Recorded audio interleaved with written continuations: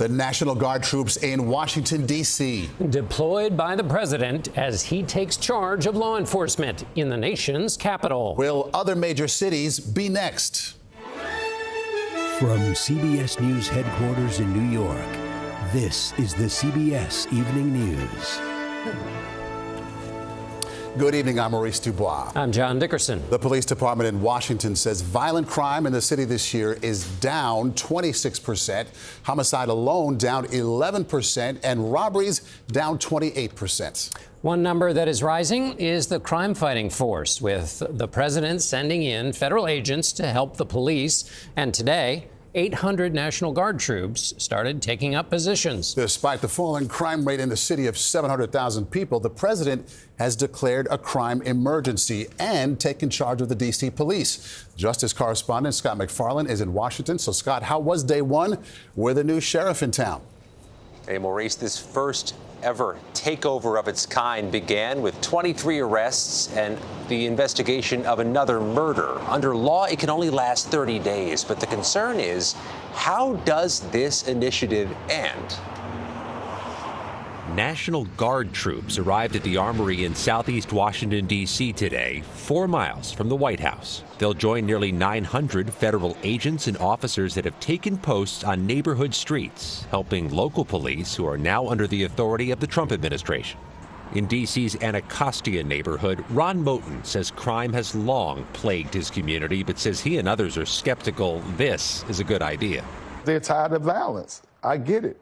But my only caution is one thing can lead to the next thing.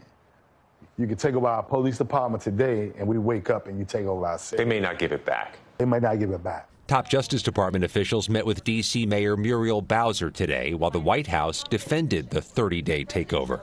We are removing as many criminals from the streets, and we are cleaning up D.C. as best as we can and working with the Metropolitan Police Department to do that. Darrell Gaston has seen the violence up close. Those are bullet holes up there? Yeah, bullet holes.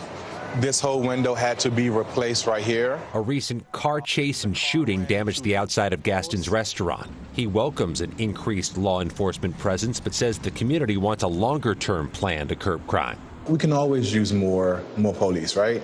But I think having police officers that are from the community, that are trained locally, is much different than having a federal police that's not trained in community policing. Gaston also worries President Trump's words. We're getting rid of the slums, too. We have slums here. We're getting rid of them. Feed a stereotype about D.C. D.C. in 2025, it's way different and safer than the D.C. that I grew up in.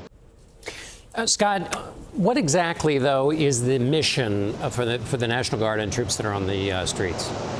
In this unique circumstance, the National Guard has law enforcement power. But, John, the Pentagon is indicating they will not be making arrests, may not even be carrying guns on the street, and will be helping police, holding people for later arrest or doing logistical work. And, Scott, the president is considering a rapid response force for other cities. How would that work?